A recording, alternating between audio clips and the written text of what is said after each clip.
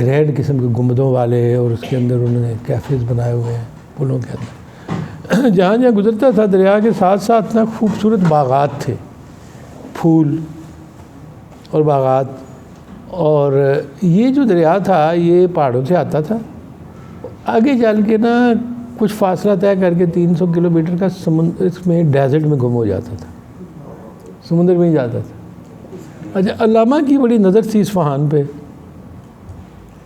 خان سارو اصفہان از من مجاؤ، ٹھیک ہے نا، ہندی از فارسی بھی گانا، ماہ نو باشم تو ہی پیمانہ، حسن انداز بیان از من مجاؤ، خان سارو اصفہان از من مجاؤ. ٹھیک. تو اقبال زندہ رود کا ہی کہتے ہیں کہ اگرچہ رود کا معنی دریا بھی ہوتا ہے اور باجا بھی ہوتا ہے. علامہ نے جو لفظ لیا ہے اپنے لیے زندہ رود کا، وہ اسی سے لیا ہے میرے خیال کے مطابق. اب علامہ کو اس دریا سے بڑی محبت تھی، دیکھا ہوا تو نہیں تھا لیکن انہوں نے پڑھا ہوا تھا سارا اس کے بارے میں. اس کے بارے میں پھر انہوں نے جب اینڈ پہ جاتے ہیں نا دریا، تو ڈیزرٹ میں وہ پتلی ہوتی جاتی ہے، اس کی ابزارب ہوتا ہے زمین میں، تو اینڈ کے اوپر پھر بالکل ڈیزرٹ کے اندر گم ہو جاتا ہے. اقبال نے کہا کہ اے خنک جو یہ تنک مائے، مبارک ہو وہ تھوڑے سے پانی والی، تنک ہوتا ہے تھوڑا، تنک مایا جس کا سرمایہ کم ہے.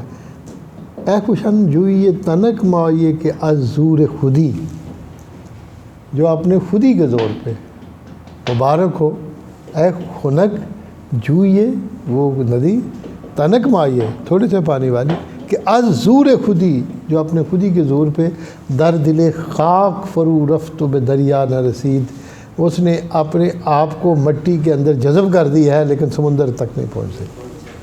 یہ اقبال نے. اقبال بنیادی طور پہ اس چیز کو اپنے سے ریلیٹ کر رہے ہیں، کیونکہ اقبال خود بھی مرج نہیں ہوا نا کسی خود بھی، لیکن انہوں نے جو عرفانی صاحب کو یہ خیال تھا کہ مرج خود نہیں ہوئے، لیکن ان کی نگاہ میں جو سمبولیکلی جب انہوں نے ورڈ بیان کیے تو زندہ رود ہی تھا. ٹھیک. اچھا، پھر انفارچونیٹلی کیا ہوا ہے کہ 2009 میں زندہ رود کا پانی خشک ہو گیا. 2009 میں؟ ہاں، اور پھر وہ بہنا بند ہو گیا. اچھا، میں نے جو چلتا ہوا دیکھا تھا، اور پھر وہ بڑا پینفل تھا فار پیپل آف اصفہان، کیونکہ وہ ساری لائف ہی دریا کے کنارے تھی. اصفہان شکر ہے کسی نے تعبیر نہیں کی کہ کسی کی بد دعا لگ گئی.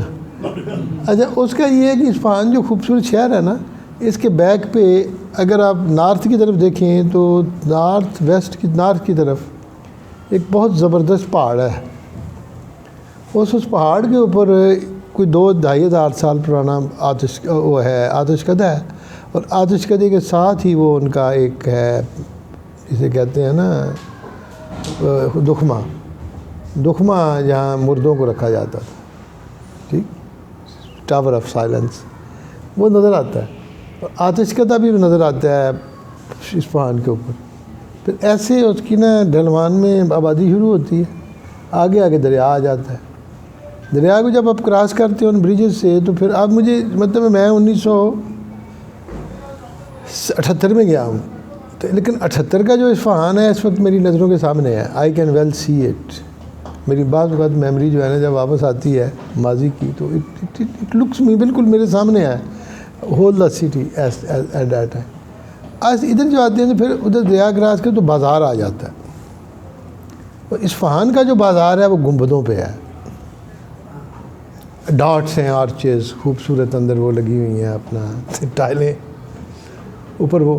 اور اس کے ایک سائڈ پہ یہ جو ہینڈی کرافٹ والے ہیں نا، لوہا کٹن والے، یہ بیٹھ کے تھوڑے کے ساتھ نا بنا رہے ہوتے ہیں پیسز آف آرٹس، اور دوسری طرف وہ آرٹس سے لکھ رہے ہوتے ہیں.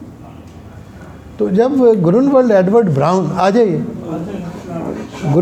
گرونولڈ ایڈورڈ براؤن جو بہت بڑا فارسی کا استاد تھا، آپ نے سنا ہوا نام حضرت، اچھا اس کا سڑک کا نام بھی حضرت براؤن روڈ ہے تہران میں، خیابان حضرت براؤن، جس نے ہسٹری لکھی تھی پرشین پوئٹس کی، ہسٹری آف پرشین لٹریچر، بہت بڑی 10 والیوں میں. اور اس کو لوگ کمپیئر کرتے ہوتے ہیں ہسٹری آف پرشین لٹریچر کو اس کے ساتھ شبلی کی شعر العجم سے. اب یہ جو آ جائیں آسان، اچھا آئے سر، آپ کی رونق نہ ہو تو پھر ہمیں مزہ نہیں آتا. Thank you. بات آج ہو رہی تھی، آج ہمارے پاس وہ میڈیا تو مل نہیں رہا، تو میں آج السلام علیکم، کیا حال؟ ماشاء اللہ، کیا حال ہے؟ اس کی تو فوٹو دیکھی کل ہے. اچھا تو وہ جو میں بتا رہا تھا، آج تھوڑا سا بات ہو چلی تھی اصفہان کی. تو میں نے کہا اقبال کو یہ شعر بڑا پسند تھا، تو اقبال نے آگے بھی کہا ہے کہ آتش اندر دل شیراز و صفحان زدہ من، میں نے اپنے اشعار سے اصفہان اور شیراز کے دل میں آگ لگا دی. ٹھیک، تو اصفہان کا میں بتا رہا تھا کہ پیچھے پہاڑ ہے، پہاڑ کے اوپر آتش کدہ ہے پرانا، اسلام سے پہلے کا. آتش کدہ سے آگے ڈلوان ہے، پھر آگے آبادی ہے، پھر آگے دریا آ جاتا ہے. دریا کراس کریں تو بازار آتا ہے. جب بازار میں آئے تو بازار میں آپ کو گنبد اور ڈاٹس بڑی خوبصورت، مطلب جسے میں نے اتنی خوبصورت تعمیر نہیں دیکھی جتنی بازار کی ہے. اور گنبدوں کے اوپر انہوں نے نا وہ جھرنے سے لگا کے نا تو روشنی کا بندوبست بھی کیا ہوا. تو ادھر ویسے تو دکانوں کے اندر کارپیٹس، باقی چیزیں کھانے پینے کی، ڈرائی فروٹ سب کچھ ہے. لیکن ایک سائڈ پہ بازار پہ نا زمین پہ بیٹھ کے کچھ لوگ آرٹ ورک کر رہے ہوتے ہیں اور لوہا کوٹ رہے ہوتے ہیں. اب 1888 میں حضرت براؤن وہاں پہنچتے ہیں. تو گرنولڈ ایڈورڈ براؤن جو تھے یہ بیسیکلی میڈیکل ڈاکٹر تھا، اور یہ ٹرکی میں پوسٹ ہوا جب یہ جنگ ہوئی ہے نا کریمیا کی. وہاں اس نے ٹرکش سیکھی. جب ٹرکش سیکھی تو اس کو پتہ چلا کہ ٹرکش میں فارسی بہت ہے. پھر اس نے سب کچھ چھوڑ کے فارسی پڑھی، اور اتنی پڑھی کہ وہ کیمبرج میں فارسی کا پروفیسر بن گیا. اور علامہ اقبال نے بھی اس سے فیض پایا. علامہ صاحب نے ذکر کیا براؤن کا. اچھا، میں آج ڈیٹیل میں نہیں جانا چاہتا، لیکن براؤن 1 سال ایران میں رہا. اس کی فوٹویں جو ہے نا دیکھنے والی ہیں. اسی طرح اس نے عبا پہنی ہوئی ہے، اونچی سی ٹوپی پہنی ہوئی ہے، حقہ پی رہا ہے. مطلب he actually adapted the style of Persia. اور اگر انٹرنیٹ پہ لکھیں تو اسے کہتے ہیں کہ اس کو دی گریٹسٹ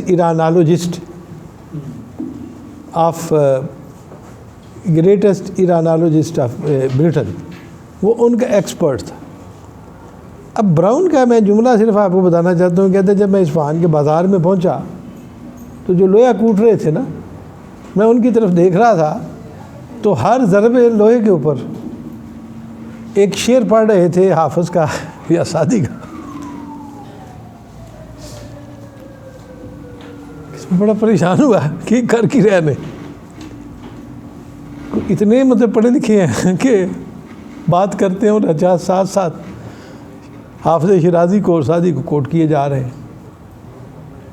کہتے میں ادھر سے نکلا تو آگے نا ایک داستان گو کھڑا تھا. اس کے ارد گرد لوگ اکٹھے تھے، تو وہ فردوسی کا شاہ نامہ زبانی پڑھ رہا ہے اوکھلا کے. کہتے میں نے ایسی قوم کو دیکھا، تو میں نے 1888 کی بات کر رہا ہے. کہتے ہیں میں نے سوچا پیچھے بیک ہوم ان انگلینڈ کہ کتنے بندے ہیں جن کو شیکسپیئر اور ورڈزورتھ سے اس طرح آتا ہے. کہتے پھر مجھے اندازہ ہوا یہ قوم کتنی پڑھی لکھی ہے، شاعری اس کے اندر کیسے جذب کر گئی ہے. کہتے ہیں جن لوگوں کو لوہا کوٹنے والے آپ کہتے ہیں نا کاریگر، وہ بھی فار کوٹیشنیں دے. تو that is some thing in that nation and some thing in that nature. میں اس دن کہہ رہا تھا کہ ہم نے یہ، مجھے زاہد نے بڑی اچھی بات کی، میرا بڑا اچھا وفادار شاگرد ہے، بیٹھا ہوا ہے زاہد کے، نہیں وہ چلا گیا ہے. تو زاہد نے کہا کہ اس سال انفارچونیٹلی میڈیا پہ بمبارڈمنٹ کر دی گئی ہے علامہ اقبال کے خلاف. ٹھیک، اس سال اور بمبارڈمنٹ جنہوں نے کی ہے، میں نے بھی کچھ چند پوسٹیں دیکھیں. یہ وہ لوگ ہیں جو ملک دشمن ہیں، اور ان کی تعداد جو ہے اتنی زیادہ ہے کہ خاص قسم کے، میرا خیال ہے یہ آئی مسٹ بی فرام را یا کسی اور سے. یہ لوگ جو ہیں یہ ہی وہ لوگ ہیں جو مختلف مواقع پہ یہ ایک ان کو دیا جاتا ہے گیت گانے کو، اور وہ اس کو گانا شروع کر دیتے. تو انہوں نے اقبال کے خلاف جو ہے گفتگو کی بڑی انہوں نے جب شروع کی، تو میں نے زاہد کو کہا، میں نے کہا یار مجھے اتنا بتاؤ کہ کوئی شخص ایران میں ایک بھی لفظ فردوسی کے خلاف بولتا ہے؟ Virtually it is impossible, it's impossible. Firdausi کا میں نے تقابل کیوں کیا کہ فردوسی آج سے 1000 سال پرانے شاعر ہیں، آج سے 1001 سال، اور اس کی ہزارے پہ جب اس کا 1000 سالہ منایا گیا پیدائش، یہ محمود غزنوی کے دربار کے شاعر ہیں، تو رابندر ناتھ ٹیگور کو بلایا گیا 1935 میں۔ ایران میں یہ تھا بہت زیادہ پریشر پڑھے لکھے لوگوں کا، علامہ اقبال کو بلایا جائے۔ شہنشاہ جو تھا آخری رضا شاہ، اس کا باپ تھا اس وقت، تو وہ چاہتا تھا کہ رابندر ناتھ ٹیگور کا انفلوئنس استعمال کر کے پارسیوں کو ایران کی طرف اٹریکٹ کرے اور وہ اس پہ انویسٹمنٹ کریں، کیونکہ پیسہ تو پارسیوں کے پاس تھا، پارسی باہر تھے۔ تو رابندر ناتھ ٹیگور کو یہ گیا ہے، میرا خیال ہے اپنی ایک کوئی اس کی تھی بہن کو لے کے گیا، شاید بیوی تو نہیں تھی اس کی، سال لکھ رہا ہے، اس کو انہوں نے پورا دیا ہے پروٹوکول، جس پہ پھر ریزنٹمنٹ بھی لوگوں نے شو کیا ہے کہ اقبال کیوں نہیں آیا اور یہ نہیں آیا۔ اور اقبال کا یہ کہنا ہے کہ نہ مصطفیٰ نہ رضا شاہ میں ہے نمود اس کی، کہ روح مشرق بدن کی تلاش میں ہے ابھی۔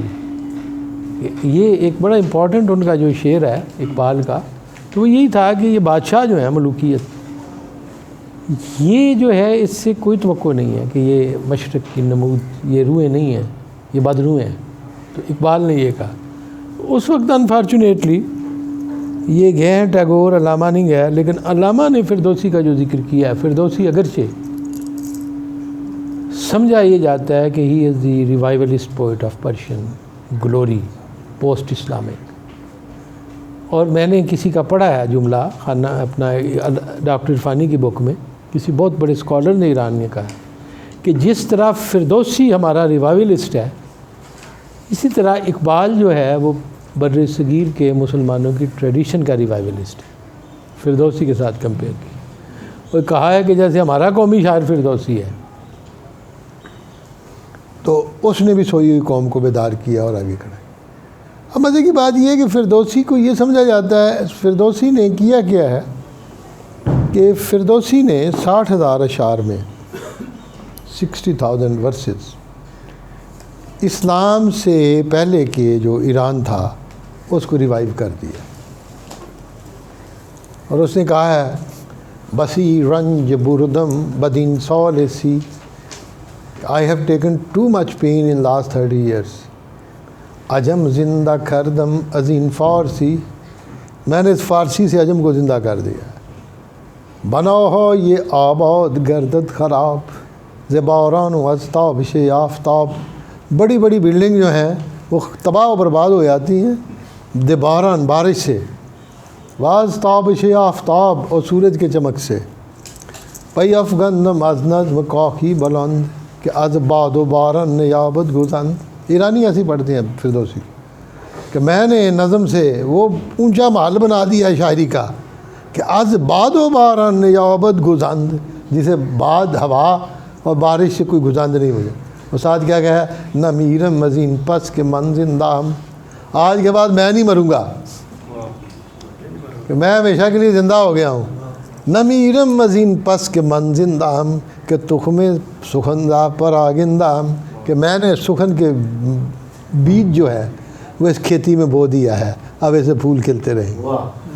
اور تو اقبال کہتے ہیں یہ کہتا ہے فردوسی نکتہ ور، عجم جس کے سرمے سے روشن بسر، وہی ٹون، یہ کہتا ہے فردوسی نکتہ ور، عجم جس کے سرمے سے روشن بسر، زبہر درم تند و بدہو مباش، تو باید کے باشی درم گو مباش، کہ ایک پیسے کے لیے، مال و زر کے لیے، درم کے لیے کبھی تو اپنے آپ کو نہ تند بنا نہ بدخو بنا، نہ تو کرپٹ ہو اور نہ تو لوٹ مار پہ چل۔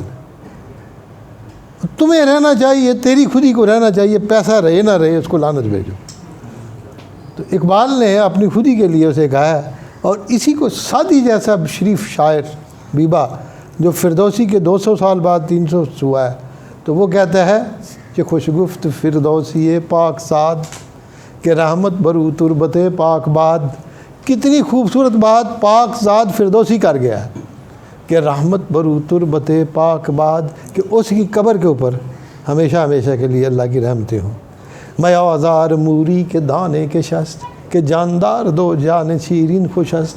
ایک چونٹی کو بھی تنگ نہ کرنا، اس کو بھی آزار نہ دینا. میں آزار مت آزار دینا، بے موری چونٹی کو بھی، کہ دانہ کے شست جو دانہ اٹھا کے لے جا رہی ہے، کہ جاندار دو جان شیرین خوش است، کہ اس کی بھی جان ہے اور ہر ایک کی میٹھی جان جو ہے وہ بڑی اچھی ہوتی ہے. تو فردوسی کو ہی نظامی نے فالو کیا، فردوسی کو ہی سعدی نے فالو کیا، اور فردوسی کو پھر اقبال نے بھی خراج عقیدت پیش کیا اس بزرگ ہستی کے. اب مسئلہ یہ ہے کہ فردوسی کے بارے میں بے شمار کہانیاں بنا دی گئیں، جس کا حضرت محمود شیرانی رحمۃ اللہ علیہ نے پھر محاکمہ کیا. کہانیاں یہ انہوں نے گھڑ دیں کہ جی یہ جو ہے یہ کسی نے کہا کہ وہ غالی شیعہ تھا، کہ اس کی یہ کہتے ہیں محمود غزنوی نے کہا جی 60,000 درہم اس کو میں دینار دوں گا، دیے نہیں، پھر اس کو درہم دے دیے. پھر وہ آیا آ کے اس نے گلاس پیا شربت کا، شربت لکھا ہے 4 مقالہ میں، تو 30,000 اس کو دے دیے، اور 30,000 اس نے بال کٹائے تو نائی کو دے دیا. حمام میں گیا نہا کے، انہوں نے کہا تو رکھ لے. جب وہ گھر پہنچا تو محمود جو تھا وہ پیچھے کسی نے انڈیا کے حملے پہ گیا، تو محمود نے ایک کوئی شہر ایسا تھا، شاید قنوج تھا یا کوئی اور تھا، جس کا قلعہ فتح نہیں ہو رہا تھا. تو محمود جب بھی کوشش کرتا تھا تو اس کا جو منسٹر تھا ساتھ یا جنرل، اس کا نام تھا حسن مہمندی، خواجہ حسن مہمندی. تو خواجہ حسن مہمندی نے کہا کہ آپ ایسے کریں کہ ہندوؤں کو تیر کے اوپر ایک شعر لکھ کے تو پھینکیں. اور شعر کیا تھا؟ اگر جزب کام من آید جواب منو گرز و میدان و افراس آ. کیونکہ ہم ساری میں اس لیے کہا کہ پڑھ رہا ہوں کہ ایرانیوں کو فردوسی کو پڑھنے کا سٹائل یہی ہے. اگر جزب کام من آید جواب، اگر میری مرضی کے خلاف جواب آیا قلعے کے اندر سے، منو گرز و میدان، پھر میں ہوں، پھر گرز ہے اور پھر میدان ہے، اور کام وہی کروں گا جو افرا سے آپ نے کیا تھا. جب اس کا گیا تو اگلے دن قلعہ کا دروازہ کھل گیا.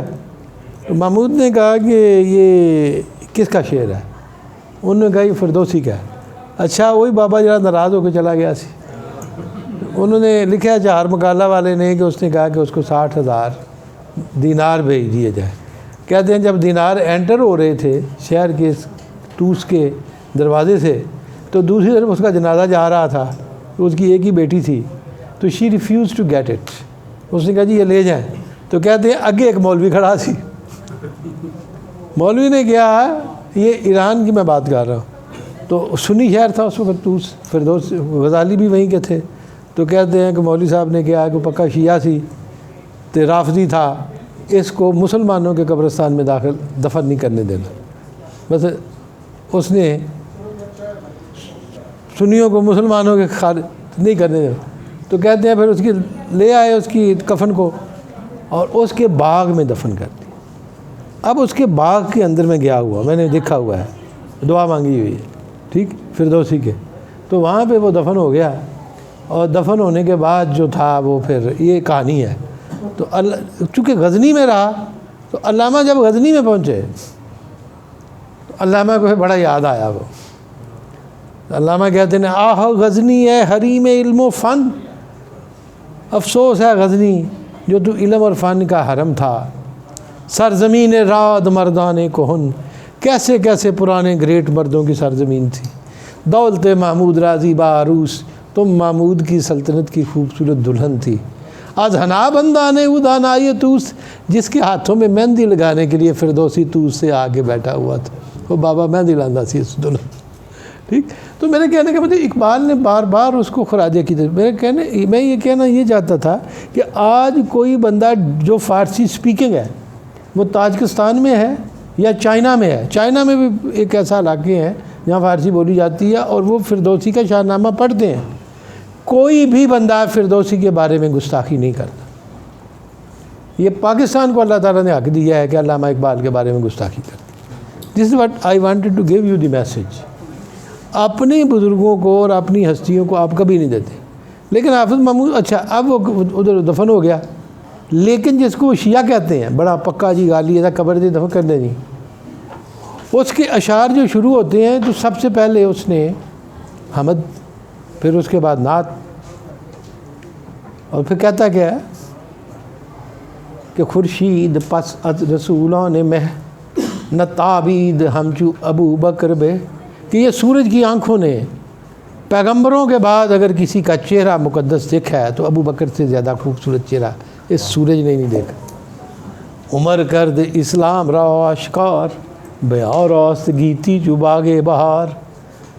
عمر کرد اسلام را حضرت عمر فاروق رضی اللہ تعالیٰ نے اسلام کو ظاہر کر دیا ہے. بیار راست گیتی، اس دنیا کو اس نے آراستہ کر دیا ہے. جو ابر بہار، جیسے بہار کا بادل آ کے برستا ہے، اس طرح حضرت عمر نے اس جہان کو سجا دیا ہے. سوم بود عثمان شاہ گزین خداوند شرم و خداوند دین. تیسرے جو تھے منتخب حضرت عثمان غنی رضی اللہ تعالیٰ عنہ تھے، جو شرم کے بھی خداوند تھے اور دین کے بھی خداوند. اب آپ اس کو جو مرضی کہہ لیں.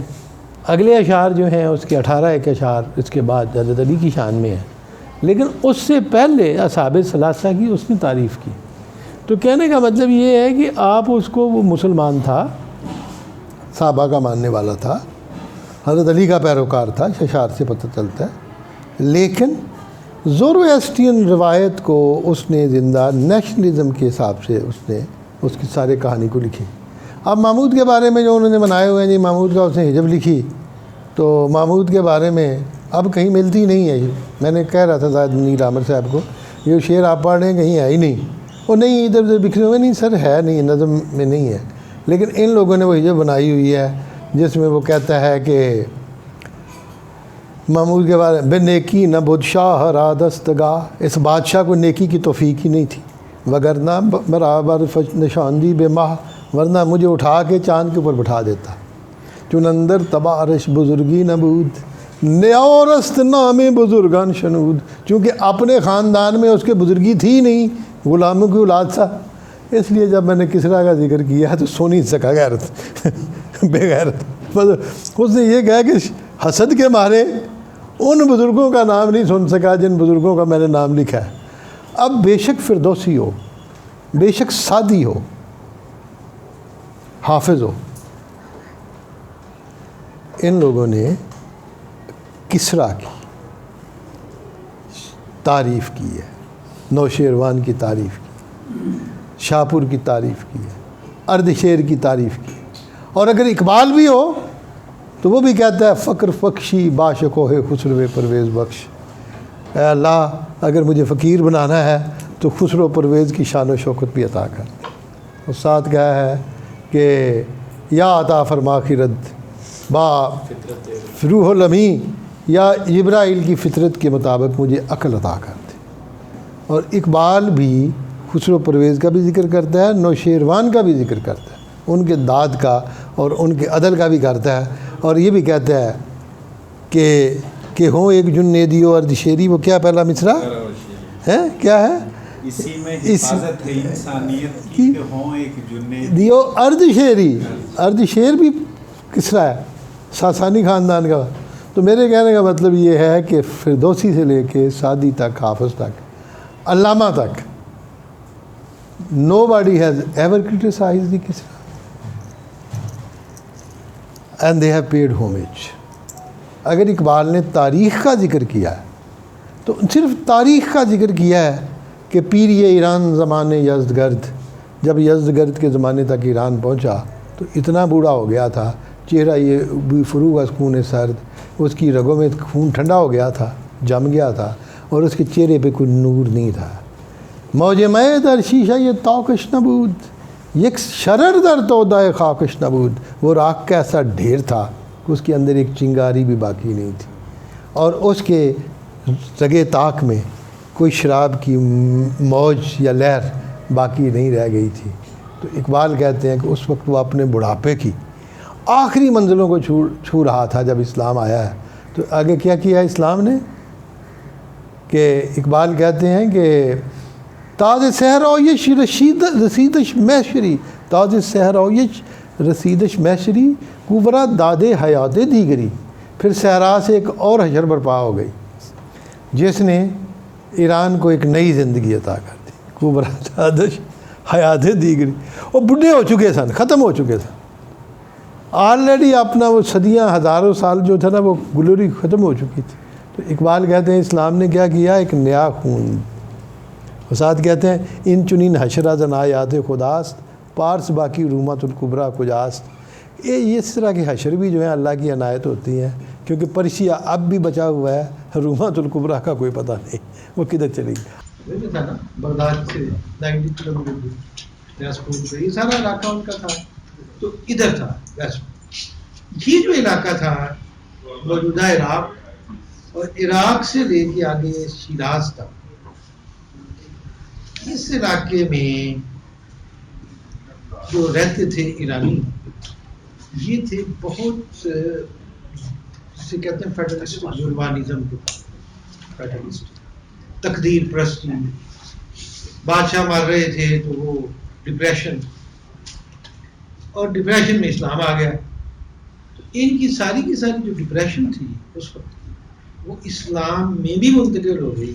اسلام میں تقدیر پرستی کا تصور بھی اسی جگہ سے ہے, وگرنہ اسلام میں مقدر کا کوئی تصور نہیں. اس وقت ہوا یہ کہ جب حضرت حسین کو شہید کر دیا اور اس پہ تنقید شروع ہوئی بنی امیہ, تو بنی امیہ میں انہی علماء نے جو اس علاقے کے تھے انہوں نے کہا جی حضرت حسین نے قسمت چینج کیا, مقدر کتنے بدل سکتے ہیں. وہ جی انہوں نے قسمت لکھی اسی چھٹو اور قسم کی کہنا. بٹ دس کائنڈ آف جو تھا نا یہ ایک نیگیٹیوٹی اس جگہ پہ اس علاقے. اب اور یہی وہ جگہ ہے جہاں پہ پھر بعد میں اسلام کے مراکز شروع ہوتے ہیں. کوفہ, امام ابو حنیفہ رحمۃ اللہ علیہ, میں اس پہ نہیں جانا چاہتا ڈیٹیل میں. پھر سارے ساتہ کے 6 کے 6 محدثین حدیث. لیکن یہ جو علاقہ تھا توس کا, اور اس سے فردر اوپر چلے جائیں فارسی جو بخارا اور سبق کا, ان علاقوں میں ڈپریشن نہیں تھی. یہاں کے لوگ دبنگ قسم کے آرتھوڈاکس سے جو ریسٹورینٹ, وہی کئی صدیوں تک جو ریسٹورینٹ, ان کے لوگ جو تھے دہقان. دہقان کا لفظ جو ہے یہ لفظ فارسی میں دہقان, دہ گاؤں, خان مالک, لاٹ, خان نہیں ہوتا بڑا خان. تو یہ دہقان کا لفظ قان سے آیا, قان, دہقان. تو یہ دہقان تھے جن کی بڑی بڑی لینڈز تھیں, جاگیردار تھے اور مرفات. تو فردوسی کی فیملی بھی دہقان تھی. اور ان دہقانوں نے جب اسلام کو قبول کر لیا تو قبول کرنے کے باوجود بھی ان کے جو پرانے اثرات تھے نا نیشنلسٹک, وہ نہیں گئے. اس کے بعد آگے چل کے یہ ہوا ہے کہ بلخ جو افغانستان کے نارتھ میں ہے, یہاں پہ 2 بہت بڑے مندر تھے ٹیمپل. ایک جو مین ٹیمپل تھا بلخ کا وہ تھا بدھوں کا, اور اس کے جو پرمکھ تھے وہ برامکا تھے بدھسٹ. اور یہ بنی عباس کے شروع میں ان کے وزراء بنے برامکا. یہ برامکا کا لفظ تھا پارمکھ, پارمکھ بدھوں. دوسرا آتش کدہ تھا, آتش کدہ تھا. اور پرشین جو تھے یہ تھوڑے سے ٹالرینٹ تھے. انہوں نے مسلم کو, یا جب تک رومنس کا دین نہیں ہوا کرسچینٹی کو بھی, یا کرسچینٹی کے جو وہ فرقے تھے جو رومنس کے خلاف تھے, ان کو انہوں نے انٹرٹین کیا. they were not very tough with the other religions. وادی سندھ میں ہندوازم کو بھی انہوں نے کیا. باقی جہاں ان کی حکومت تھی وہاں پہ ایتھنز میں, وہاں انہوں نے یونان میں بھی خاص کوئی مداخلت نہیں کی. تو the kings of the Persia they believed in plural جو تھا نا آسپیکٹ, اب جو کرتے کریں. اب یہ جو آتش کدہ تھا وہاں بلخ میں, اس کے جو پروہت تھے وہ ساسانی, وہ تھے سامانی. آل سامان نے, سامان ان کا بابا تھا, ان لوگوں نے بخارا میں جا کے پھر اپنی سلطنت قائم کر. آل سامان جو تھے وہ اگرچہ عباسی خلفاء کا خطبہ پڑھتے تھے، لیکن آل سامان کافی حد تک انڈیپینڈنٹ تھے، اور دین کے معاملے میں جب عباسی سختی کرتے تھے آل سامان نرمی اختیار کرتے تھے۔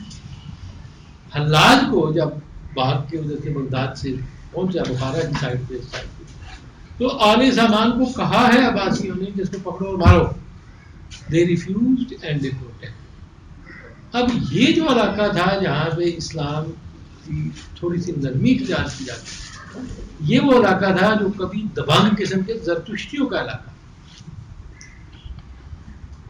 اور یہ جو علاقہ تھا سمرقند اور بخارا کا، جس پہ اقبال کی بڑی نگاہ ہے، سمرقند اور بخارا کے جو مراکز تھے یہ تھے اوپن مائنڈڈنیس کی ڈسکشن۔ یہیں پہ بخارا میں ابن سینا پیدا ہوا، زمخشری کی بھی جو تفسیر تھی وہ بھی ادھر ہوئی، امام راضی بھی تہران چھوڑ کے ہرات میں آ گئے، اور یہ سارے علاقے میں اسلام کے اندر ایک سے کہتے ہیں نا وہ تھی وسیع نظری کے ساتھ اس کا مطالعہ کیا جاتا تھا، اور یہ اتنا عباسیوں سے یا عربوں سے نہیں ڈرتے تھے۔ مقصد یہ تھا کہ پرشینز نے اپنا پرانا جو انفلوئنس تھا عربوں کے فتح ہونے کے بعد کسی نہ کسی طریقے سے سینٹرل ایشیا میں مینٹین کیا گیا۔ سینٹرل ایشیا وہ تھا جہاں کے صوفیاء بر صغیر میں دین پھیلانے کے لیے آئے، جو کچھ ایسے ہیں علاقے جہاں ڈائریکٹ ایران سے گئے، کشمیر میں ہمدان سے شیخ ہمدان گئے ہیں، وہ پیور ایران، اس میں کوئی شک نہیں۔ ہمدان اب بھی ایران کا سٹی ہے۔ اسی طرح بابا جلال الدین تبریزی تبریز سے گئے بنگال میں، حضرت گیسو دراز بھی ایران سے آئے، حضرت معین الدین چشتی اجمیری بھی جو ہے شیخ سنجر وہ بھی ایران سے آئے، حضرت حجویری رحمۃ اللہ علیہ غزنی سے آئے، جو سینٹرل ایشیا اور ایران کے درمیان موجودہ علاقے کا ہے، یہ غزنی کے رہنے والے، ٹھیک۔ تو یہ بھی ماڈریٹ تھے، ماڈریٹ تھے، ان کے سختی اور شدت نہیں تھی، اور پرشین انفلوئنس میں تھا، اگر یہ حسنی سید تھے، لیکن اس علاقے میں رہتے رہتے ان لوگوں پہ یہ اثرات تھے۔ اب یہ لوگ جو بر صغیر میں آئے ہیں، اسلام کو آئے ہوئے 400 سال گزر چکے، آل سامان کا ہی غلام جو تھا الپتگین تھا، الپتگین کا غلام سبکتگین تھا، اور سبکتگین کا غلام بیٹا جو تھا محمود تھا۔ تو یہ میرا کہنے کا مطلب یہ اس اگر ڈائنامکس کو آپ سمجھ لیں تو آپ محمود جو تھا، آل سامان تو پرشین تھے نا، آتش کرنے کے مابد، یہ جو تھے یہ ترک، سبکتگین اور محمود کے آبا و اجداد یہ ٹرکش نوماڈک ٹرائب تھے، جن کے اندر سختی اور شدت ہوتی تھی، ترکوں حملے کرتے تھے، لوٹتے تھے، نوماڈک تھے، خیموں میں رہتے تھے، آ کے مارتے تھے۔ تو ان کی فطرت وہ پرشین کی فطرت سے تھوڑی مختلف تھی۔ اب 3 فطرتیں جو تھیں وہ بڑی امپورٹنٹ تھی بر صغیر میں آنے سے پہلے۔ ایک ٹرکس کی سخت گیری جو ہمیں یہاں تغلق کے ملتی ہے، جیسے وہ لکھتا ہے اپنے بطوطہ کہ دہلی میں جب جاتا ہوں اس کے مال کے بعد تو 60-70 بندوں کی گردنیں کٹی ہوئی نظر آتی ہیں، ویری ٹف۔ اسلام سے بڑھ کے ان کی جو ٹرکش، یا تیمور کو بھی دیکھ لیں، مسلمان تو ہیں لیکن ان کا ظلم و ستم جو ہے وہ اسلام کے طرح نہیں ہے، وہ ٹرکش ہمارے ٹریڈیشن سے۔ دوسری تھی ٹریڈیشن ان کی جو بغداد میں حکومت کر رہے تھے بنی عباس، اور بنی عباس جو تھے وہ آہستہ آہستہ کرپل ہوئے جا رہے تھے، ان کے اختیارات منتقل ہوئے جا رہے تھے دوسرے سینٹرل ایشینز کو، دوسری جگہوں پہ ٹرکس جو تھے وہ اسٹرینتھ اختیار کر رہے تھے۔ اب بر صغیر میں جو اسلام آیا ہے وہ آیا ہے ایران سے، بر صغیر میں اسلام آیا سینٹرل ایشیا سے۔ یہ چیز جو میں نے اپنی کتاب اقبال سے لکھی ہے وہ یہ ہے کہ ان 400 سالوں کے اندر جو سنتھیسس ہوئی ہے اسلام،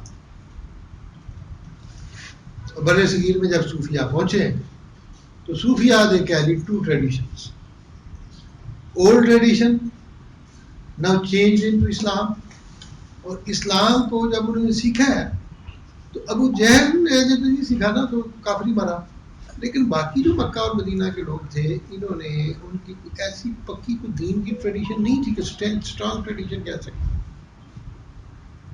پیگن سے نا، کیوں جی راؤ صاحب مشرق تھے نا، پیگن سے. یہودیوں کی ٹریڈیشن تھی بڑی اسٹرانگ، انہوں نے رجسٹ کیا اور انفلوئنس کرنے کی کوشش کی. کرسچن کی اپنی ٹریڈیشن تھی، they came and talked to the Prophet صلی اللہ علیہ وسلم، مقابلے میں آئے. لیکن عربوں کی مشرقین کی کوئی ٹریڈیشن نہیں تھی، اس لیے جب ان کو کہہ دیا گیا یہ چھوڑ دیں اسلام قبول کر لیں، دا اینڈ پچھلا ختم ہو گیا. کچھ روایات ایسی رسوم جو عربوں کے ہاں پہلے پائی جاتی تھی جیسے حج ہے، اٹ بیکیم سینکٹیفائڈ اور اس کو اسلام کا شکل.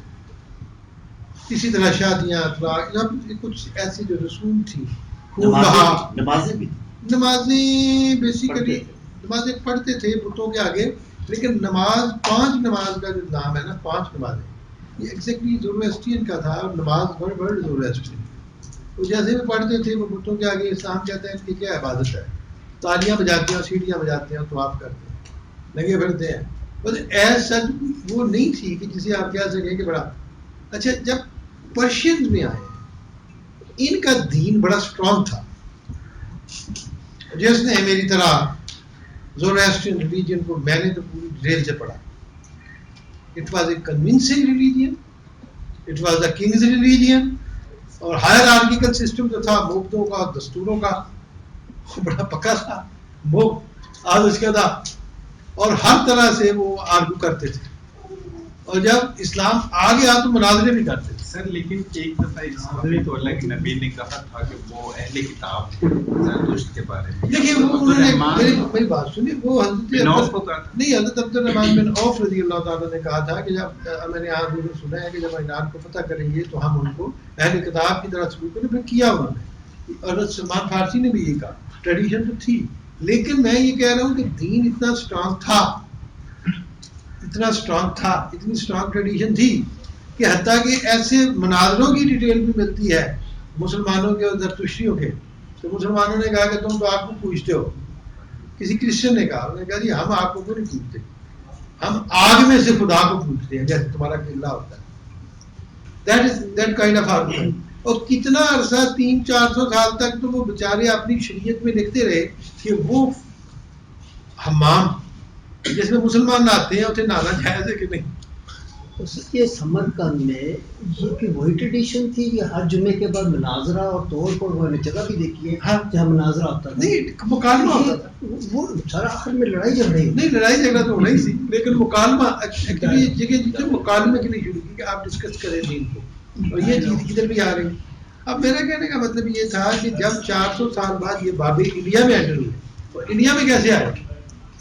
انڈیا میں آنے کی سب سے بڑی وجہ، پہلے بھی آتے رہے، اسلام کو پھیلاتے رہے والنٹیرلی، لیکن زیادہ بابوں کی تعداد اس وقت آئی جب ہلاکو خان اور چنگیز خان نے ایران کی ارد سے ہٹ اور سینٹرل ایشیا کی بجا دی، اور بچے کھچے قافلے یہاں پہنچے. کچھ شریف میں ناصر الدین کا باچا تھا، پھر آگے التمش کے پاس، اور یہاں آگے سیٹل ہوئے. اور ان کو جب مسلمانوں نے دیکھا تو مسلمانوں نے اللہ کے رسول، یہاں انڈیا میں کسی نے اللہ کے رسول کو نہیں دیکھا تھا، صحابہ کو نہیں دیکھا تھا. انہوں نے جو بابے دیکھے وہ اسلام کا ایگزیکٹ روپ تھے ان کے لیے، یہاں کے لوگوں کے لیے.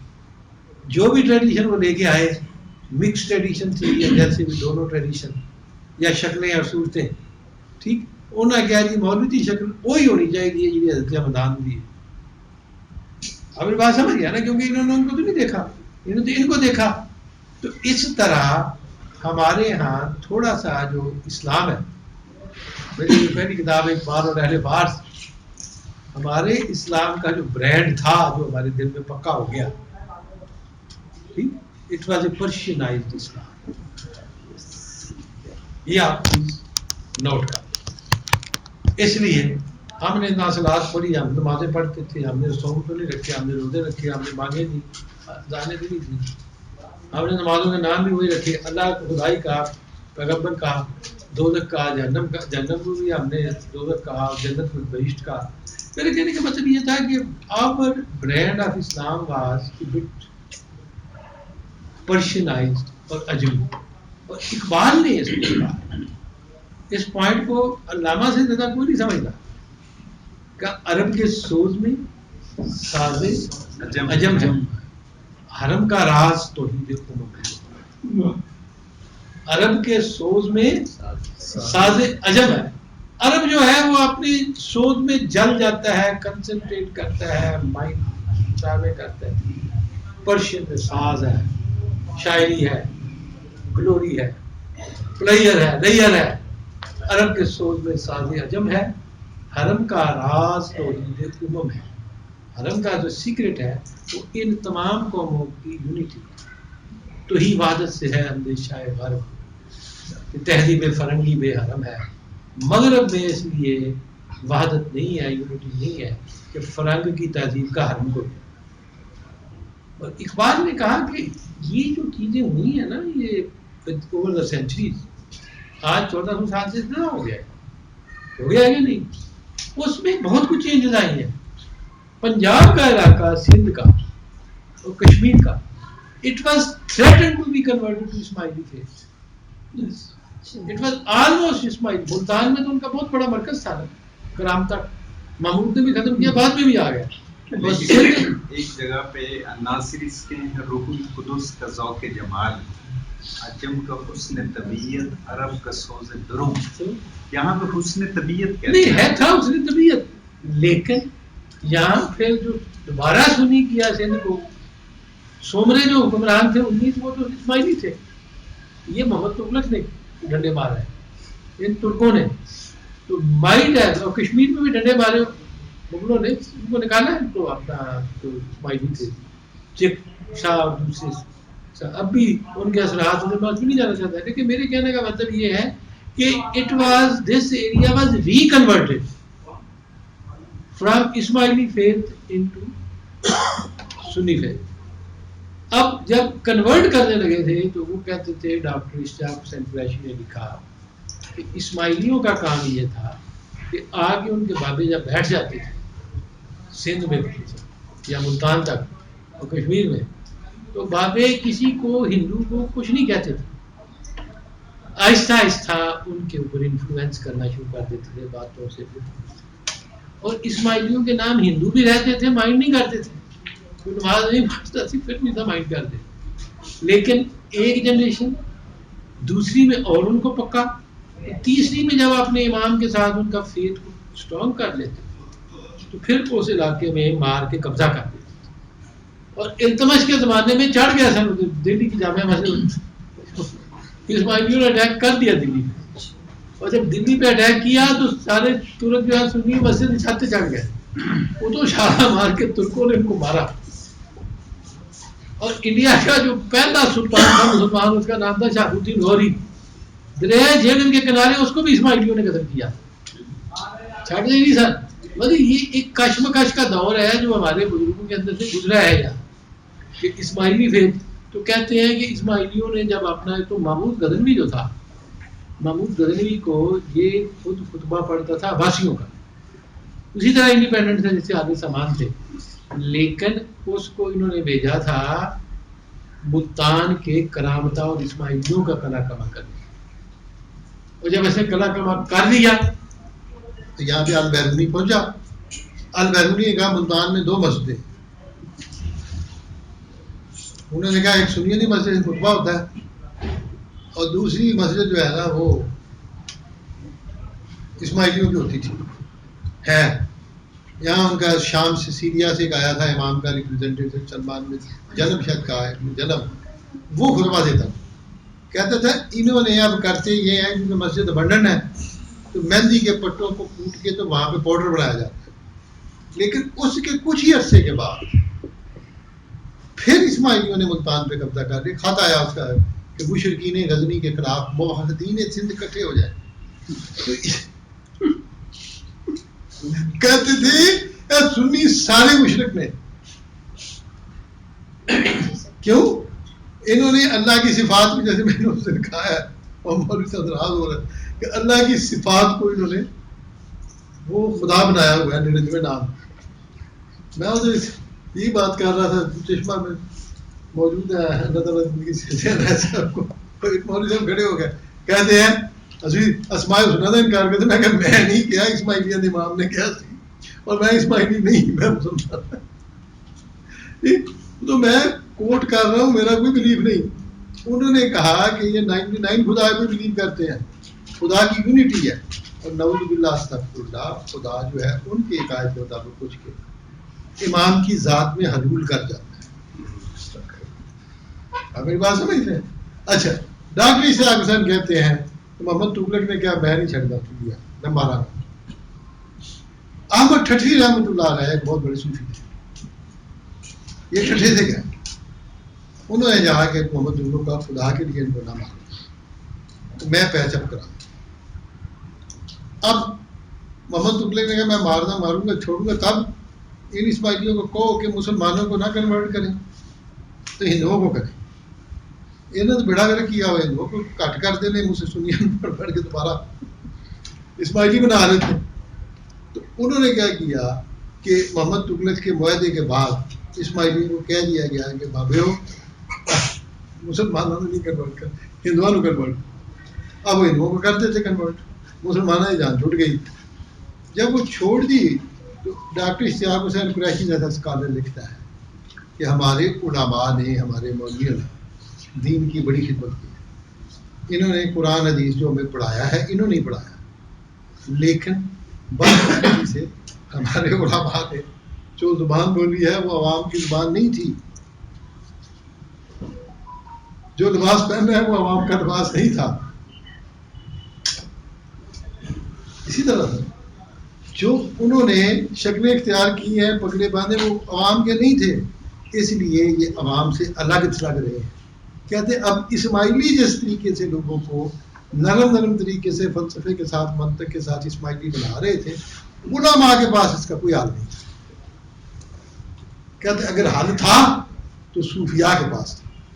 کہتے صوفیاء کو کہا کہ جی آپ ان کو نہ ٹھیک کریں. کہتے ہیں اسماعیلی پھڑ کے ہندوؤں کو اسماعیلی بناتے تھے. تو کہتے ہیں ڈاکٹر اشتیاق حسین قریشی لکھتے ہوئے نہیں لکھتا، میں ان کا حوالہ دے سکتا ہوں، کتاب کھول لیں. وہ کہتے ہیں ادھے کدے لوگ ان کے ادھے کو اسماعیلی ادھے کو مسلمان تو ہو جاتے تھے، ہندو تو نہیں رہتے تھے. تو کہتے ہیں آدھے مسلمان ہوتے تھے، باقی کام صوفی کر لیتے تھے. صوفیاء ان کو بلاتے تھے اور وہی زبان استعمال کرتے تھے صوفیاء جو عوام کی زبان، وہی لباس پہنتے تھے صوفیاء جو اور عوام میں گھل مل جاتے تھے. علماء ڈسٹینس رکھتے تھے، صوفیاء تھے ڈانس بھی کر لیتے سر، لیکن ڈانس کروا لیتے تھے نا، ملانی ناچنا دیتا ان کے چل ٹھیک ہے، چولی بھی جاؤ، مکہ بھی جاؤ، لنگر بھی دکھاؤ. ٹھیک کہتے ہیں کہ اب صوفیاء نے اسماعیلیوں کو اسلام میں کنورٹ کرنے میں، سنی اسلام میں مین سٹریم میں وہ کردار ادا کیا کہ وہ بیچارے ادھا کو کرتے تھے، باقی ادھا کام کرتے تھے.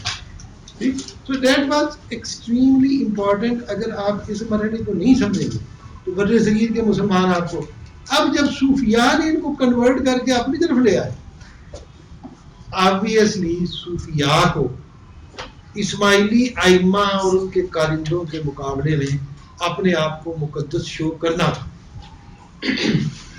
بیعت بھی لی، تقدس بھی رکھا، پھوکا بھی ماری ہے، کرامتیں بھی کی، whatever they did it.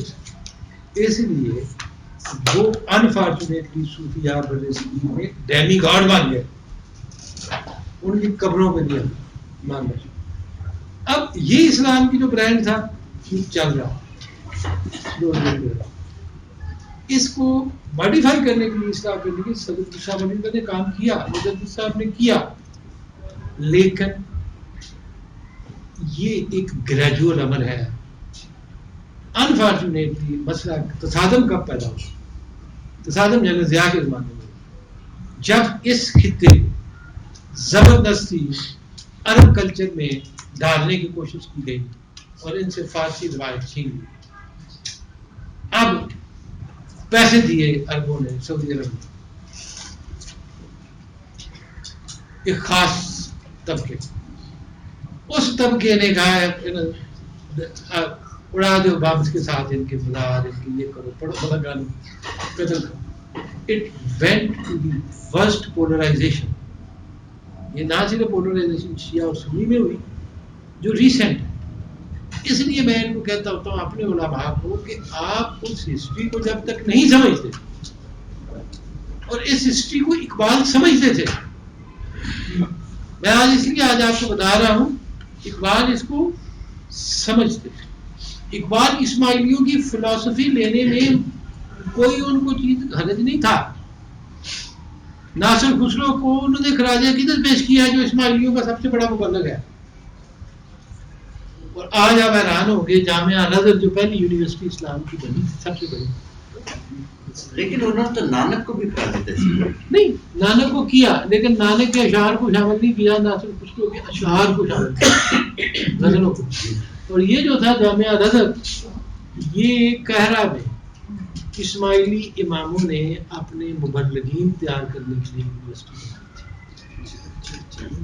This is very important. یہ سنیوں نے نہیں بنائی. صلاح الدین ایوبی کا میرا ٹیک اوور کیا.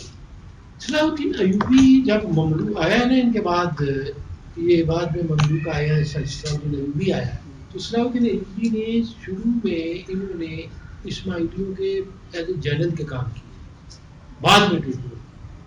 ٹھیک، اس لیے انہیں اتنا تعرض نہیں کیا. Salahuddin Ayyubi was a good general man. اسماعیلی جو تھے حکمران مصر کے، وہ سید تھے اور وہ تھے اپنے عرب، حضرت علی گولاج سے جائے اسماعیلی پکے. یہ کرجو تھے، یہ ایز اے پرسن اس میں وہ ساری خوبیاں موجود تھیں اس میں صلاح الدین ایوبی میں کسی اچھے انسان میں ہو سکتا. اپنے دشمنوں میں مہربانی، کلچر، غلاموں کو خرید کے خود چھوڑا، سب کچھ اس نے کیا، بیت المقدس میں قبضہ کیا. لیکن فلسفی کے معاملے ہی واز ویری ٹف. اور وہ شہاب الدین سہروردی، شیخ مقتول، جو فلسفہ اشراق کا بانی ہے، 34 سال کی عمر میں اس کو اس لیے قتل کر دیا کہ اس کے بیٹے کو پڑھاتا تھا تو کسی نے کہا کہ تیرے بیٹے کو یہ پرشین گمراہ کر. تھوڑا بہت یہ جو ان کی آپس میں ریسزم چل رہی تھی، حلال کو بھی قتل کرتے ہوئے اس کا پرشین ہونا بڑا ضروری تھا. میں نے آج آپ کو اس لیے تھوڑی سی ایک بیک گراؤنڈ دی. میں نے کہا آج میری سلائڈیں نہیں چلی، انشاءاللہ نیکسٹ ٹائم چلائیں گے. لیکن یہ بیک گراؤنڈ سمجھنا اسلام کی اس لیے ضروری ہے کہ اسلام کے اندر آٹو پیوریفیکیشن بھی ہوئی، آگے بھی پیوریفیکیشن. اور سب سے جو بڑا مسئلہ تھا سنی اور اسماعیلیوں کا، وہ کہتے تھے سنی کہ اللہ کی جو صفات ہے نا وہ ہیں، اللہ کریم بھی ہے، اللہ رحیم بھی ہے، خالق بھی ہے، رازق بھی ہے، یہ ساری اس کی صفات ہیں لکھی ہوئی ہیں. اسماعیلی کہتے تھے کہ جو صفات حق ہیں وہ ذات کا حصہ ہیں. پھٹا یہ تھا، اقبال نے کہا کہ ابلیس یہ کہتے بحث تو قرار ہے آپ کی، ہے صفات ذات حق، حق سے جدا یہ آنے والے سے بری ہے مسیح ناصری مقصود یا مجدد جس میں ہوں گے ابن مریم کے صفات. ابن مریم مر گیا یا زندہ ہو جاوید ہے صفات ذات حق، حق سے جدا یا عین ذات. تو عین ذات جو ہے نا، ذات اللہ، اس کے کوئی شریک نہیں ہو سکتا. وہ شرک، اگر وہ کہے کہ میں اللہ کے ساتھ شریک ہوں. لیکن سنی اس پہ بلیو کرتے ہیں کہ اللہ کی صفات جو ہیں، جسے اقبال نے بندہ مولا صفات کا، وہ انسان میں ہو سکتی ہیں. انسان کی نیابتی تب ہے کہ انسان میں اللہ والی خوبیاں پیدا ہو جائیں اور اللہ کا بندہ بن جائے، اللہ والا بندہ. اور اس کو اقبال نے، جو میں نے کہا تھا کہ میری اور جبال جمیل شروع اس سے کرتے ہیں، میری نوائے شوق سے شور حبیب ذات اللہ بدھ کے نئے صفات. ٹھیک. اور میں نے اس دن ان کے ساتھ جب گیا ہوں تو میں تھوڑا شرارتی موڈ پہ تھا، لیکن تھوڑا سا بھاگے پھنسانے کی کوشش کی ادھر. تو میں نے شعر یہ شروع کیا تھا کہ میری نوائے شوق سے شور حریم ذات. حریم کیا ہے؟ نہیں، ایک سیکٹیفائڈ پرائیویٹ ایسا حساب جو ویل آئیڈینٹیفائڈ ہو، جس میں کوئی اور نہ آ سکے. میری شوق حریم ذات میں، اللہ کی جو حریم ہے نا، اس میں نہیں انٹر ہو سکتا. لیکن میری نمائش شوق سے شور، اللہ کے حریم کے اندر شور تو مچ گیا ہے، ہلچل ہے. ہلچل، لیکن ولولا یہ علمان بت قد ہے صفات میں، کہ صفات میں جو بت قد ہے اوتھے علمان علمان بچا لو بچا لو بچا لو، وہ شور ہو جائے. اب جو صفات ہیں خدا کی، اورا مزدہ کو دکھاتے ہیں خدا کو، اس کی تصویریں بھی بنائی ہوئی ہیں. اب آگے حالانکہ تصویر کوئی نہیں تھی ان کی، تو 7 بندے دکھانے ہیں، 3 خدا دے اس پاسے 3 اس پاسے، تو ہم کہتے ہیں 7 خدا نہیں، 1 خدا. یہ باقی 6 ہے نا، یہ خدا کی ریفلیکشن ہے، انڈیپینڈنٹ ان کی کوئی حیثیت نہیں ہے. لیکن واہ منا جو ہے جس کو بہمن کہتے ہیں، وہ بھی اردی بہشت بھی خورداد بھی، یہ خدا کی جمال کے اثر، اور ہر ایک کی اپنی اپنی خوبیاں ہیں.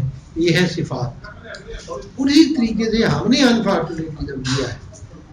اب یہ ضرور دیکھیں، ہم نے زورواسٹرین اثرات کو قبول کیا، اور اقبال نے اپنی پی ایچ ڈی کے تھیسس جب وہ فلسفہ اشراق پہ پہنچتے تو شیخ شہاب الدین سہروردی کے بارے میں آپ نے فرمایا ہے.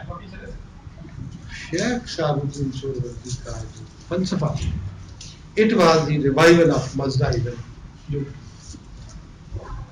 زورواسٹرینز کا فلسفہ تھا، اس کا انہوں نے احیا کر، اور وہ ہستیاں جن کو ہم صفات کہتے ہیں ان کو انہوں نے ایز اے فرشتے کہا.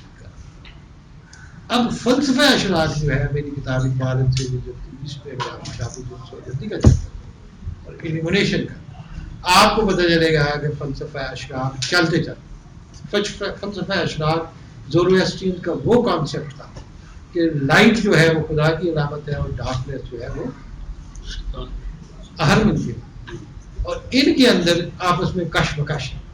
مانی نے کہا تھا کہ لائٹ جو ہے وہ ڈارکنیس کے اندر پھنسی ہوئی ہے، اس لیے آپ کو ڈارکنیس نکال کے برائیوں کو اتار اندر سے لائٹ کو ڈسکور کرنا.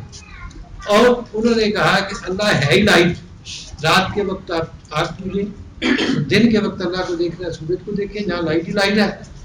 اور اس کو جب انہوں نے لائٹ کا فلسفہ، نور کا انہوں نے پیش کیا، تو اشراق میں illumination، اور قرآن کی یہ آیت جو ہے وہ اشراق کے فلسفے والے استعمال کرتے ہیں.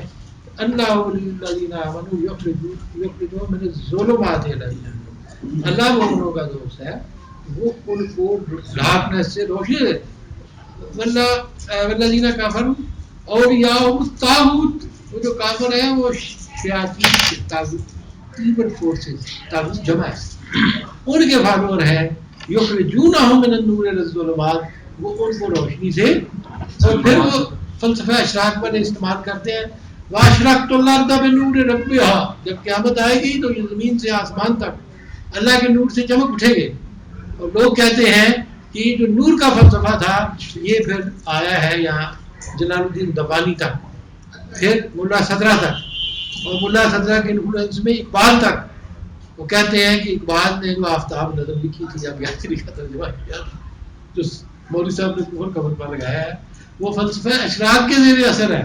یہ جو میں بار بار آپ کو بتا رہا ہوں، وہ کہتے ہیں اقبال نے تو اپنے بیٹے کا نام بھی آفتاب رکھا، دوسرے کا نام بھی قمر الاسلام، بیٹی کا منیرہ، وہ تو لائٹ کی بات کر رہے تھے. اور رومی جو تھا وہ بھی آفتاب کی بات کر رہا تھا. سر وہ شعاع امید جو پوئم ہے اس میں بھی وہ شعاع جو باتیں کرتی ہے سر، وہ اقبال مطلب یہ تھا کہ ایلیمنیشن کی جو اثرات ہیں فلسفہ اشراق کے، میں اس لیے آج آپ کو بیان کر رہا ہوں تھوڑا تھوڑا کر کے کہ it is not very easy. Tradition جو ہے وہ کہیں پلور ہوتی ہے، کہیں صاف ہوتی ہے، کہیں پاک ہوتی ہے، کہیں آگے بڑھتی ہے، پھر آگے چلتی ہے. اور وہ کشمکش جو ہے ازلی نور اور ظلمات کی،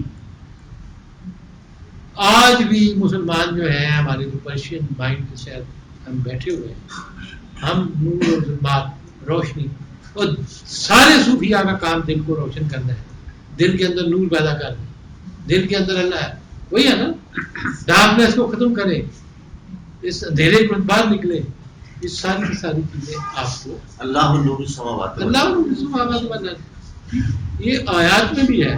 یہ نہیں ہے کہ ان کا جو فلسفہ تھا نور کا، میں نور کہوں کہ ٹوٹل غلط تھا، یا وہ دین جو تھا وہ نہیں تھا، لیکن اس دین کے اندر جتنا اس کو مزدائزم کا یا لائٹ کا ایلیمنیشن کا ذکر کیا گیا ہے.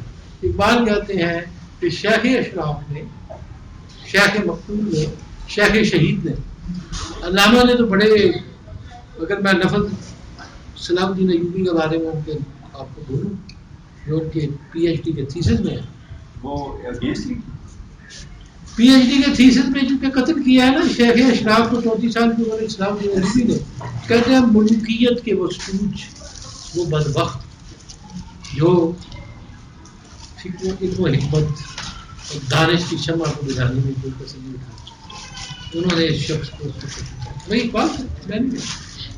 آپ اس کو یہ کہہ سکتے ہیں کہ اقبال کا جوانی کا تھیسس ہے، بات جو انہوں نے کیا چینج کر دی، لیکن اقبال نے صلاح الدین ایوبی کو جہاں خراج عقیدت پیش کیا ہے، حالانکہ فارسی اشعار میں وہ اس کو ایوبی کو خراج عقیدت پیش کیا، لیکن جہاں شیخ مقتول کی صلاح الدین ایوبی اقبال نے تنقید کی۔ آج میں نے آپ کو تھوڑا سا فلسفے کی جھلک دکھائی ہے میری تینوں دو کتابوں میں، Iqbal and sages of the east, میری کتاب اقبال نقشہ افرنگ میں نہیں اترا، اقبال اور اہل فارس میں۔ اگر میری اقبال اور اہل فارس بہت سستی کتاب ہے، 250 350 کی آپ کو مل جائے گی، 536 صفحے ہیں، وہ ایک کنٹینیوٹی ہے تھاٹ پروسیس کی جو آپ نے پڑھی ہے، جو ادھر سے چلتا ہے اسلام سے پہلے سے اور اب تک آ کے آپ کو۔ اور ڈاکٹر اسرار کا خیال تھا کہ اس انداز سے اقبال کے خیالات کی وضاحت، اپنے خطبات میں انہوں نے ہمیشہ یہ کہا، کتاب چھاپی بھی اور چھاپتے بھی رہے، کسی نے بھی نہیں کی آج تک جس طرح آپ نے سنتھیسس جو ہے تھاٹس کی وہ کی۔ آج کیونکہ میرے پاس یہ نہیں تھا تو میں نے کہا میں آپ کو سنتھیسس آف تھاٹ کا تھوڑا سا گلمپس دے دوں۔ Iqbal and sages of the east میں پھر میں نے اس موضوع کو دوسرے انداز میں لیا، انڈائریکٹلی لیا، ناٹ انڈائریکٹ، ناٹ ڈائریکٹ۔ اور میں نہیں بلکہ اس کتاب کے اندر جو میرے چیپٹر ہیں رسول اللہ صلی اللہ علیہ وسلم اور اہل فارس، اٹس ویری امپورٹنٹ کہ آج صلی اللہ علیہ وسلم کے ساتھ زرتشتیوں کی بحث بھی ہوئی، مناظرہ بھی ہوا، وہ انہوں نے بیان کیا، ٹھیک، اور اس کو بھی بیان کیا ہے، اور یہ بھی بیان کیا ہے کہ آج صلی اللہ علیہ وسلم نے پرشین تھاٹس کو جو اسلام سے متصادم نہیں تھے، he has accepted through Salman فارسی رضی اللہ تعالیٰ۔ اور حضرت عائشہ صدیقہ نے کہا کہ رات گئے تک میرے میاں رسول اللہ صلی اللہ علیہ وسلم اور سلمان فارسی گفتگو کرتے تھے اور اتنی علم کی باتیں کرتے تھے کہ مجھے رشک آتا تھا، اور کبھی کبھی میں نے فیل ہوتا ہے کہ میرا وقت نہ رہ جائے، تو وہ مطلب حضرت عائشہ نے فرمایا۔ تو بات یہ تھی کہ اسلام نے کبھی کنجوسی اختیار نہیں کی اچھی باتوں کو لینے میں۔ جنگ خندق ہوئی تو ملٹری اسٹریٹجی تھی، رسول اللہ صلی اللہ علیہ وسلم نے سلمان فارسی کو کہا کہ بابا جی تمہارے آپ کے علاقے میں تو کیا کریں گے؟ صحابہ کہتے تھے وہ تو فوجا آ رہی ہیں کھائی گزار رہے ہیں، اور یہ بھی کیا بابا جی مروانا دیں، اسی سارے ایک پاس ہے کہ بابے کی گل مانتے ہیں پیار واحد بابے کی وزڈم جو تھی۔